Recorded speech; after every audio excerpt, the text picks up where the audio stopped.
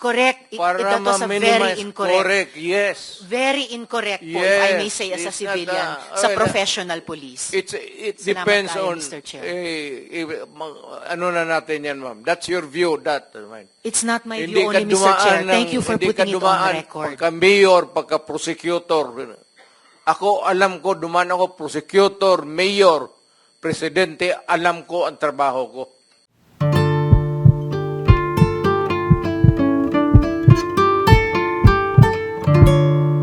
I was just, para ma-lighten lang yung mood, Mr. Chair. I Anyway, was- on a serious note, Yes, okay. Mr. Continue. President, how do you assess the campaign against illegal drugs during your time, Mr. President? Do you consider it as a success, Mr. President? Mr. Senator, it is a continuing problem for the country and for the entire world. The drug problem is a very serious and pernicious, virulent ailment that the country is facing. Panahon ko and the previous presidents, yung panahon ko, hindi siguro ninyo nagustuhan, not you, yung the entire country, I am addressing the entire country. Baka hindi ninyo nagustuhan. But yun ang style ko. Sinabi ko nga, I tried to do the best that I could. Eh kung nagkulang ako, pasensya. Pero ang solution during my time was a call of duty of the president. Ako yun. Kasi ako yung presidente sa panahon ko. At hindi po ako nagkulang, Mr. Senator. Nag-warning ako lahat narinig ng Pilipinas. Huminto kayo sa droga. Bitawan ninyo, drop it. Kasi magkakaproblema talaga tayo. Pag nakita tayo sa isang kanto at naghawak mo ang droga, problema na talaga yan. So, yun nga, nagkakaroon tayo ng problema. May patayan. But it was not a state-sponsored killing. There was never an official order to the police and the military and to the agents of government to kill. Andyan si Senator De La Rosa.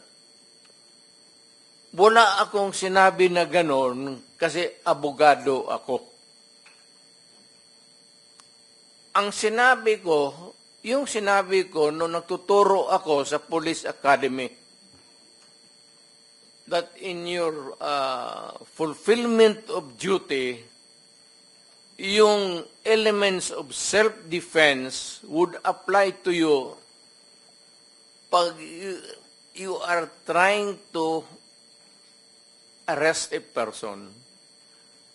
Alam mo, ang trabaho ng pulis kasi, pag sinabi mong aarestuhin kita, hindi hinto dyan. The police must arrest and overcome the resistance para madala mo yung kriminal doon sa istasyon at mabok mo para makulong. Yan ang problema at naawa ako sa mga pulis. Hindi mo masabi, bitawan mo yung baril at pag hindi sumunod, sabihin lang ng pulis, o sige, bukas makita tayo dito, huwag ka nang magdala ng baril. Po. Hindi yun ang tinuro ko sa kanila. Nagtuturo ako sa Police Academy. Yan, lahat yan sila dumaan sa akin. Yan, because, yan ang turo ng sa College of Law. That's the law. Kung ano yung sinabi ko sa pulis, batas yan. Walang compromise dyan when you are arresting a person. If he resists, pag ayaw magpa-aresto, you have to overcome him. His resistance. Ngayon, pag lumaban, nagkaletse-letse, may baril, may magpatayan talaga. Kaya yan ang problema ng pulis, kaya naawa ako. Kaya ako rin nandito, guns, siguro, paano na rin ng God sent yung invitation ninyo. Naawa ako dito sa mga pulis na tinatawag ninyo at inaano ninyo, yung trabaho ng pulis kasi involves personal contact. Walang trabaho sa pulis, sabihin niya, halika dito, bitawan mo yan, mag-surrender ka, sumama ka sa akin. It is always a confrontation, and if the other guy is armed, there will always be kamatayan or injuries. Mr. President, if I may... Yes, sir. Kasi napapanood ko kayo sa TV, nung hindi pa ho ako senador, during your term, na meron ho kayo sinasabi, uubusin ko kayo, papatayin ko kayo. Ano po ibig sabihin? Sino po yung uubusin ninyo? Sino yung papatayin ninyo? Ito ba yung mga user, mga pusher ng illegal drugs? Yes, sir. Lahat. Hold-upper, kidnappers. Hindi lang sa drugs? Hindi lang droga, sir. Lahat po. When I was mayor, kalaban ko lahat ang criminals. Huwag naman yung mga staff, wala akong alam dyan, yung mga tseke-tseke. Yung mga kidnappers, sa Mindanao po, marami yan. At yung mga lawless elements doon, when they go on a rampage, they take over the entire municipality. I-hostage na lang yung municipality, yung bangko lahat doon, hino-hold up, at yung police hindi makagalaw kasi nakapalibot sila and there are civilians. And they cannot start a war because the civilians eventually will be killed in the process. Pati sila. Nung sinabi niyo pong uubusin ko kayo lahat, papatayin ko kayo lahat, ito ba ho yung naging resulta kaya marami hong naging patayan, Ginoong Pangulo? Literally, yes. So, pero wala ho kayong inuutos sa mga dating chief of police ninyo, Sir, chief of PNP na pumatay? Warning lang na istorya mo lang yan, sir. Chismis lang ho? Alam mo, pagka mayor ka o presidente ka, pag sinabi mo, hoy, huminto kayo dyan, masama yan, illegal yan, walang mangyari sa syudad mo. Pag sinabi mo, huminto kayo, papatayin ko kayo. Pag hindi sila huminto, of course, the police would come in. Sabihin ko sa police, pag naghawak ng baril, ito yan sila, dumaan yan sa Davao lahat. Koy, pati, ito, si Danao, lahat yan sila, dumaan ng Davao. Ang order ko talaga sa kanila, pag maghawak ng baril, patayin mo na para one less criminals. Bukas mag-hold up na naman yan, may poproblema na naman tayo. Ganon rin sa pusher. So, Ginoong Pangulo, nung mayor po kayo ng Davao, do you confirm the existence of the Davao Death Squad? No, sir. Wala ho Davao Death Squad. So, ano po yung iniimbestigahan ni former Senator De Lima nung siya'y chairperson ng Commission on Human Rights.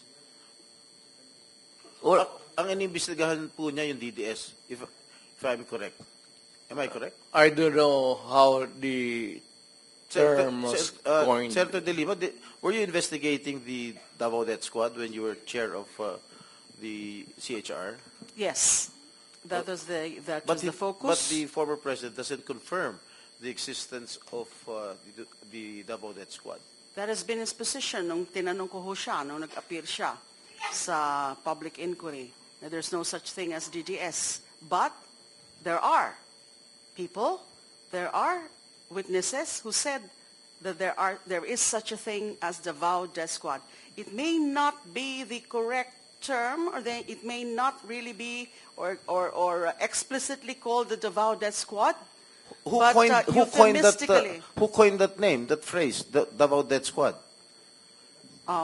I think it was media, it was certain sectors, certain groups.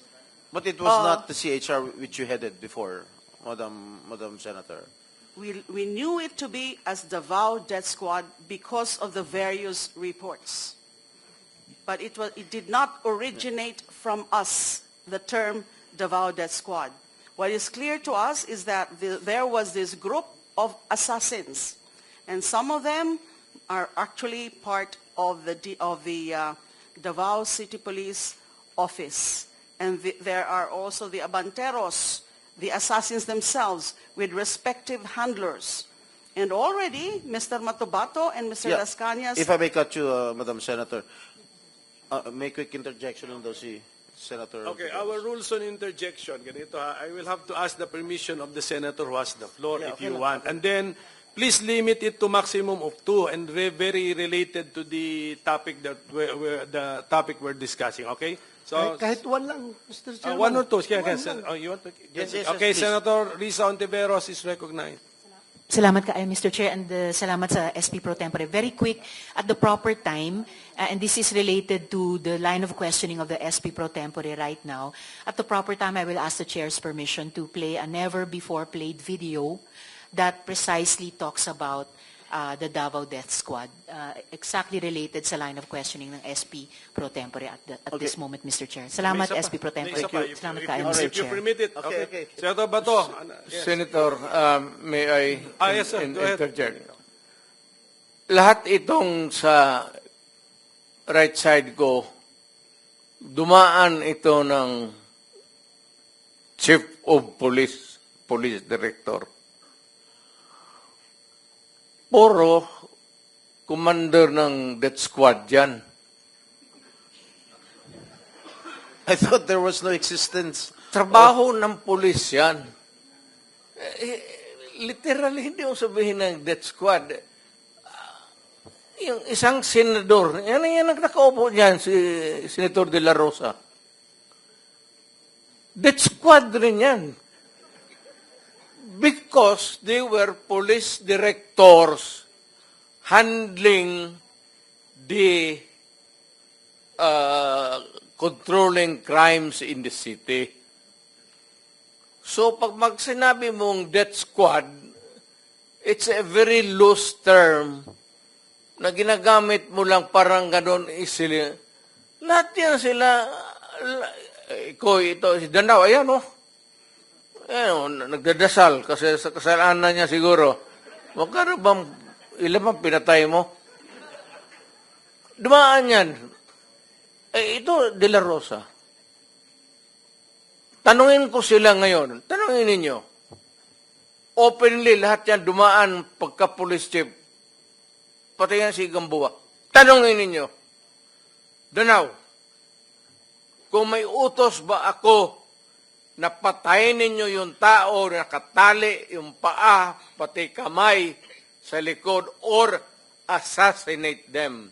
Ang sinabi ko, ganito, prangkahan tayo, encourage the criminals to fight. Encourage them to draw their guns. Yan, buhay yan. Ayan ang sila, yan ang instruction ko. Pati yan si Kuy. encourage, pati yan si De La Rosa, encourage them lumaban. Pagka lumaban, patayin ninyo para matapos na ang problema ko sa siyudad ko. Tangina yan.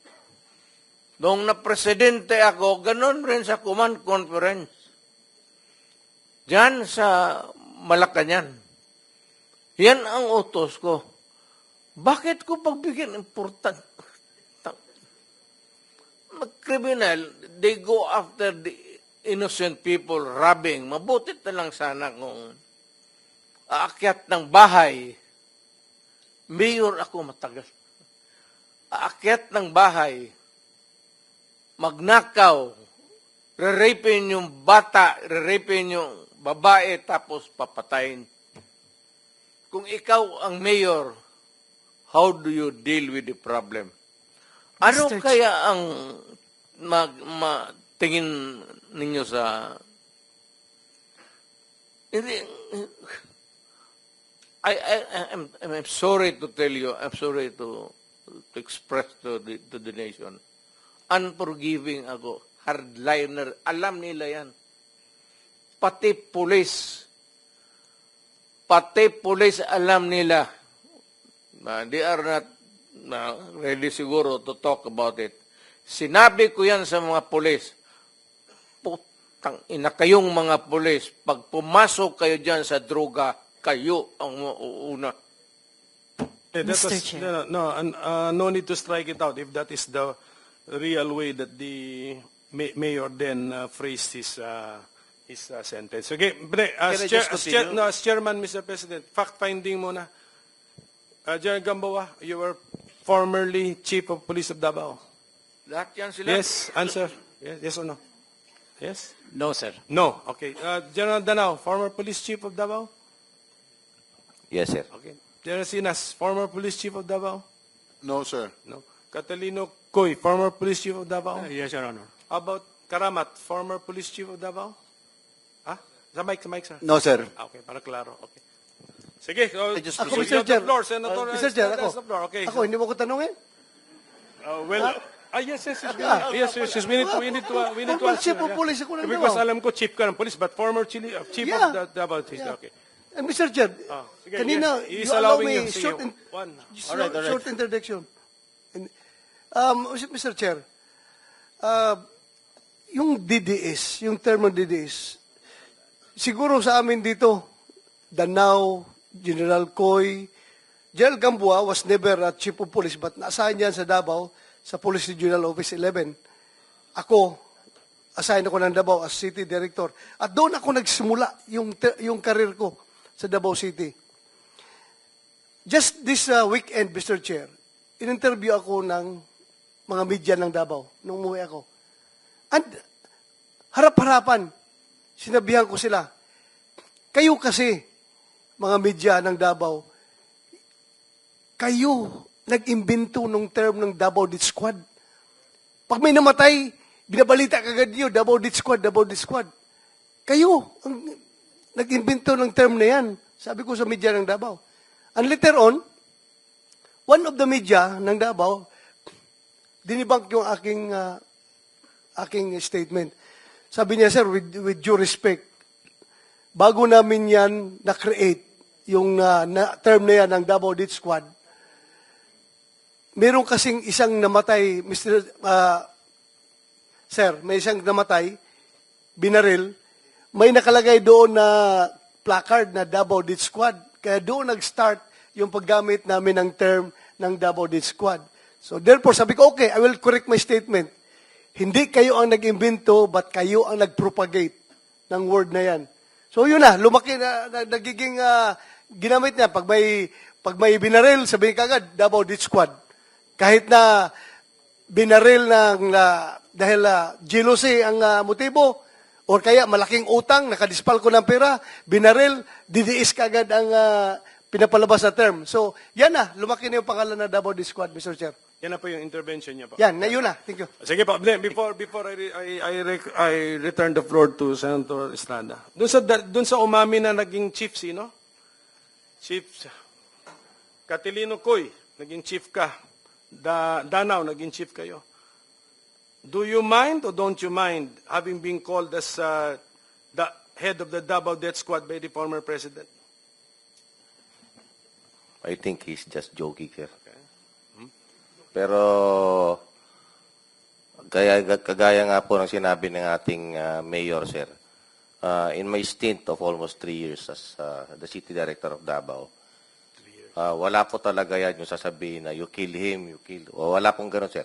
So it's just a matter of taking things on your hand. If you will take it literally, yung sinasabi niya sa media. Kung ano yung sinasabi niya ngayon, sir, yun na yung sinasabi niya. Pero yung kamong sasabihin niya na, Danaw, patayan mo sa ganito, there's no such thing, sir. Na ganun. So walang ganong nautos. Is there a danger that your men will incorrectly interpret what the mayor was saying?